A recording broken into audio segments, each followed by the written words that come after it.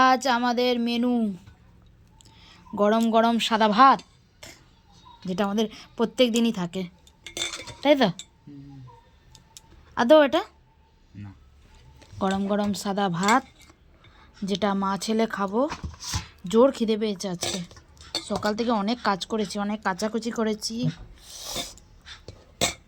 চান পুজো। এই হচ্ছে আমাদের ভাত। আর চলো মেনুটা দেখাই। সিম্পল মেনু কিন্তু ভালো।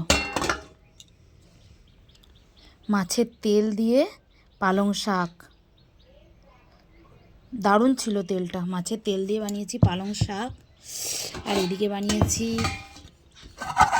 আলু দিয়ে বড়ি দিয়ে মাছের ঝোল। এই যে বড়ি বড় বড় হয়ে গেছে। পেঁয়াজ দিয়ে বানিয়েছি মাছের ঝোল।